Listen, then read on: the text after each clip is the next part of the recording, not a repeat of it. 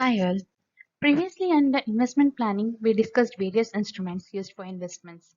Today, we will discuss the two of the instruments in detail. The two instruments are fixed deposit and recurring deposit. Fixed deposit.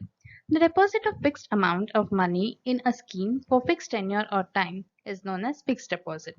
Fixed deposit is comparatively safer than any other form of investment. They are low risk instruments. Features of fixed deposit. It should have a fixed amount and tenure.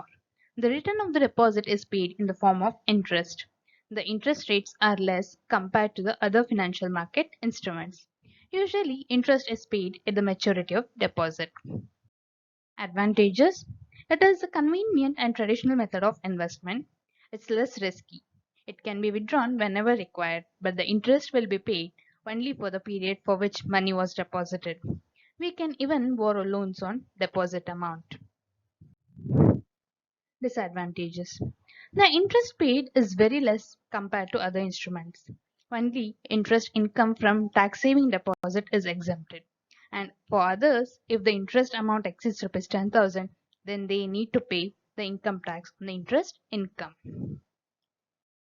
There are two types of fixed deposit.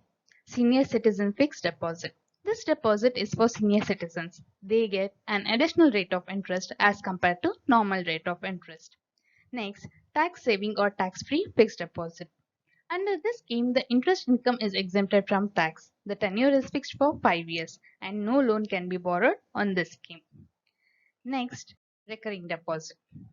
Recurring deposit is another kind of instrument where the fixed amount of money is deposited to the bank at a regular interval, that is monthly, for a fixed period of time.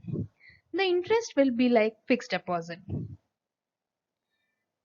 Features. As the name suggests, the amount is deposited on recurring basis. It is deposited at the interval of 1 month. The interest is credited yearly to the recurring deposit account. Advantages. This deposit is beneficial to those people who cannot deposit in the lump sum. As the amount will be distributed across the year, it will reduce burden of depositing the money in lump sum.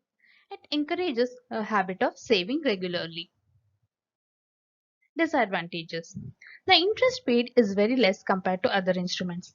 Only the interest income from tax saving deposit is exempted, and for others, if the interest amount exceeds 10,000, then they need to pay income tax on interest income.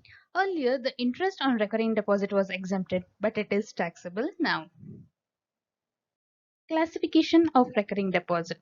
There is no such classification under recurring deposit, but nowadays there are even instruments where there is no restriction on amount payable and the time to pay the installment. In other words, modern banks have come up with instruments like recurring deposit where only the term is fixed, the amount and payment interval are not fixed and can be paid at the convenience of the investor. So these are the two instruments under investment planning. We will be learning more about other instruments in future videos. Thank you very much for the time. Please like, share and subscribe my channel. Thank you.